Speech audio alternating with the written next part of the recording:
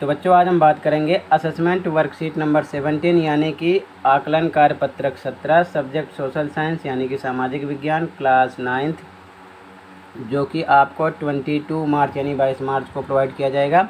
Chapter 4 से ये assessment लिया गया है, जलवायु चैप्टर का नाम है। ठीक है, 20 मार्क्स का ये आपका टेस्ट है। और इसको करने से पहले अगर आपने साइंस यानी कि साइंस नहीं किया, असेसमेंट कौन सा 17, तो ध्यान रखना वो भी अपलोड हो गया है। इस वीडियो के कमेंट में देखो, कमेंट में डिस्क्रिप्शन चेक मत करना, कमेंट में मैंने लिंक पेस्ट किया, वहाँ से ओपन करोगे तो आप वहाँ से लिख सकते हो। और इसके आधे घंटे बाद मैथ की भी अपलोड हो जाएगी, मैथ की असेसमेंट 17 ध्यान रखना वो भी अपलोड हो जाएगी। बस अपलोड होना है, वो भी बन चुकी है। ठीक है, तो चैनल को सब्सक्राइब करके रखना ताकि आपको नोटिफिकेशन मिल सके। तो स्टार्ट करते हैं, देख लेते हैं क्वेश्चन और साथ में इनके आंसर। तो पहला क्वेश्चन क्या है बच्चों? पहला क्वेश्चन है जलवायु क्या है? जलवायु क्या है? तो क्वेश्चन 1 यहाँ से लिखो, आंसर 1 देखो। आंसर 1,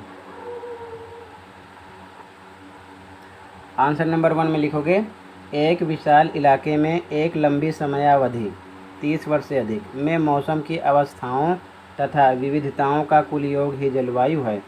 सपोर्ट मटेरियल में पेज नंबर 91 आप देखोगे तो आपको मिल जाएगा। सपोर्ट मटेरियल में पेज नंबर 91, या आप कैपिटल या कैपिटल नहीं है आपके पास तो अलग अलग बुक हैं, जैसे आप एनसीईआरटी की भी देख सकते हो, तो चैप्टर 4 जलवायु पढ़ोगे तो आपको वहाँ पर आंसर मिल जाएगा। तो मैं इसलिए पेज नंबर लिख देता हूँ ताकि आपको अच्छे समझ में आ जाए और आप इसको अच्छे से पढ़ो पूरी टॉपिक को। ठीक है, क्योंकि मौसम और जलवायु में अंतर कई बार क्वेश्चन किया गया जिसमें केवल जलवायु के बारे में पूछा गया। ठीक है, तो ये आंसर 1 हो गया। ठीक, क्वेश्चन 2 देखो। क्वेश्चन नंबर 2, मासिन राम कहाँ स्थित है? मासिन राम में सर्वाधिक वर्षा क्यों होती है? मतलब मानसिन राम कहाँ पर है और सबसे ज़्यादा बारिश क्यों होती है यहाँ पर? तो क्वेश्चन 2 यहाँ से लिख लो, आंसर 2 देखो। आंसर नंबर 2, आंसर नंबर 2, मासिन राम मेघालय में स्थित है। यहाँ पर सर्वाधिक वर्षा का कारण बंगाल की खाड़ी से आने वाला मानसून है। ठीक है, परंतु मानसिन राम में अंक बिंदु लगा लो, मानसिन राम में सबसे अधिक वर्षा का मुख्य कारण भौगोलिक बनावट तथा यहाँ पर स्थित ई की मात्रा नहीं रहेगी, मतलब ऐसे लिखना है स्थित। ठीक है, गारो, खासी तथा जयंतियाँ पहाड़ियाँ भी हैं जो ज़्यादा नमी को संघनित करती हैं। ठीक है, ये संघनित है। ठीक है, संघनित करती हैं, ये ना है संघनित। ठीक है, ये ना ये, तो ये आपका आंसर नंबर 2 हो जाएगा। क्लियर है, आंसर नंबर 2। अब देखो question number 3। Question number 3, Bharat की जलवायु पर हिमालय का क्या प्रभाव है? ठीक है, भारत की जलवायु पर हिमालय का क्या प्रभाव है? आंसर 3 देखो, क्वेश्चन यहाँ से लिखो। आंसर नंबर 3 हेडिंग लिखो, भारत की जलवायु पर हिमालय के प्रभाव। पहला पॉइंट, ठीक है, क्या लिखोगे? पहला पॉइंट लिखोगे यह पर्वत श्रृंखला उत्तरी ध्रुव से आने वाली जमा देने वाली ठंडी हवाओं को रोकने का कार्य करता है, इस कारण भारत के मौसम सुहावने होते हैं। ठीक है, दूसरा पॉइंट लिखोगे पश्चिमी मानसून, ये टाइपिंग गलत हुई है, मानसून लिखना आप। ठीक है ना, मानसून। ठीक है, की हवाओं को भारत से बाहर जाने से रोकता है, इसी कारण भारत में मानसून, मतलब वही मानसून सही कर लेना, का प्रभाव अच्छा बना रहता है और वर्षा अच्छी होती है। ठीक है ना, तो ये प्रभाव हो जाएगा। तो ठीक है, क्लियर है। ये हिंदी टाइपिंग में गलत हो जाता है, ये ध्यान में रखना, तो ये ऐसे आप लिख लो। ठीक है, क्लियर है। आगे देखो, ये आंसर 3 हो गया। ठीक है, क्वेश्चन 4 देखो। क्वेश्चन नंबर 4 क्या कह रहा है, देखो ध्यान से। इसमें कह रहा है व्याख्या करें। का लू के बारे में लिखना है, खा काल वैसाखी के बारे में, गा आम्र वर्षा यानी आम्र वृष्टि के बारे में। तो आंसर 4 देखो, 1 2 3 3 क्वेश्चन है इसमें, आंसर देखो। तो आंसर नंबर 4 का लिखो, लू, हेडिंग लिख लो। ये धूल भरी गर्म और शुष्क पवनें होती हैं जो मई जून में दिन के समय भारत के उत्तर एवं उत्तरी पश्चिमी क्षेत्रों में चलती हैं। सपोर्ट मटेरियल पेज नंबर 84 देखोगे तो अच्छे से लिखा हुआ है, वहाँ पर इसको आप अच्छे से पढ़ सकते हो, ठीक है ना। इसलिए पेज नंबर साइड में लिख दिया गया, ठीक है ना। तो ये आपका लू के बारे में हो गया, ठीक है ना। आगे देखो, काल वैसाखी के बारे में लिखेंगे, क्योंकि खा में काल वैसाखी के बारे में लिखना था हमको। इसमें क्या लिखेंगे, देखो ध्यान से। इसमें लिखेंगे, हेडिंग लिखो काल वैसाखी। पश्चिमी बंगाल में तीव्र हवाओं के साथ होने वाली मूसलाधार वर्षा जो भारी तबाही का कारण बनती है, काल वैसाखी कहलाती है। पेज नंबर 86 सपोर्ट मटेरियल यहाँ पर देख सकते हो। ये आपको लिखना नहीं है ना, ये भी लिख लो। ये पेज नंबर इसलिए लिख रहा हूँ ताकि आप अच्छे से पढ़ सको, ठीक है ना। अगला देखो, इसका गा क्या था, आम्र वृष्टि या आम्र वर्षा, ठीक है। इसके बारे में क्या लिखोगे, लिखोगे केरल और कर्नाटक में होने वाली मानसून पूर्वी वर्षा जो आम की फसल पकने में सहायक होती है, आम्र वर्षा कहलाती है या आम्र वृष्टि कहलाती है। पेज नंबर 88 देखोगे सपोर्ट मटेरियल में, तो ये वहाँ पर लिखा हुआ है, ठीक है ना।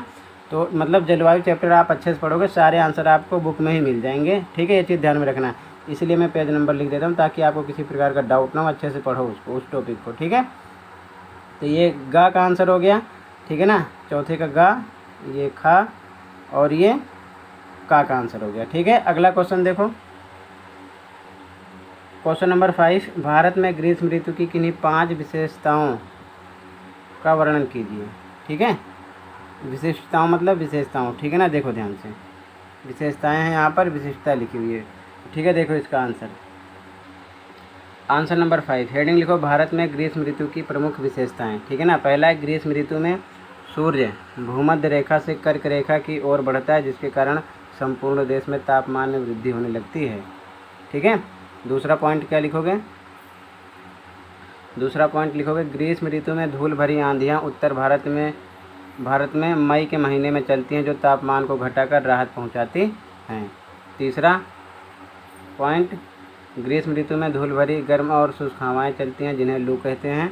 चौथा पॉइंट, ग्रीष्म ऋतु में उत्तर और उत्तर पश्चिम भारत में धूल भरी गर्म एवं शुष्क हवाएँ मानव स्वास्थ्य पर घातक प्रभाव डालती हैं। पाँचवा पॉइंट, इस ऋतु में पसंदीदा फल जैसे आम, लीची, ये लीची है, लीची, ठीक है ना, लीची इत्यादि की प्राप्ति होती है। तो ये 5 विशेषता हो गई, ठीक है ना, ग्रीष्म ऋतु की, ठीक है। बहुत सारी विशेषताएं, आप अलग भी कुछ लिख सकते हो, ध्यान रखना, ठीक है।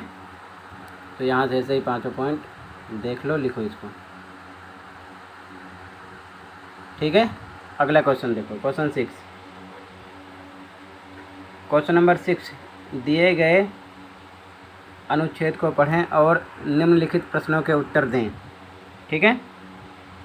तो देखो, मैं पैराग्राफ नहीं पढ़ रहा हूँ, अनुच्छेद क्वेश्चन देखो। सर्दी के मौसम में डैश की ओर तापमान घटता है, तो यहाँ लिखा है ठंड का मौसम उत्तर भारत में नवंबर के मध्य में शुरू होता है और फरवरी तक रहता है। दक्षिण से उत्तर की ओर तापमान घटता है, तो यहाँ पर आपको लिखना है दक्षिण से उत्तर की ओर। क्या लिखना है फर्स्ट में, दक्षिण से उत्तर की ओर। यहाँ की ओर घटता है, तो केवल लिखना है आपको दक्षिण से उत्तर, दक्षिण से उत्तर, यहाँ पर फिल करना है, ठीक है। अगला देखो, अभी मैं लिखकर भी बता दूंगा। उत्तरी मैदानी इलाकों में ठंड के मौसम की मुख्य विशेषता क्या है, तो इसका आंसर ये है। उत्तरी मैदानी इलाकों में ठंड के मौसम की एक विशेषता, देखो ध्यान से, ये यहाँ से लेकर आपको यहाँ तक लिखना है। पश्चिम और उत्तर पश्चिम से चक्रवाती विक्षोभ का प्रवाह, ठीक है ना, ये आपका सेकंड आंसर होगा। फर्स्ट का ये है, ध्यान रखना, दक्षिण से उत्तर, और सेकंड में ये लिखना है पश्चिम से लेकर यहाँ तक, ठीक है, ये ध्यान में रखना, प्रवाह तक। थर्ड देखो, शीतकालीन वर्षा को स्थानीय रूप से, तो यहाँ पर लिखा है स्थानीय रूप से महावत, यहाँ पर भरोगे महावत।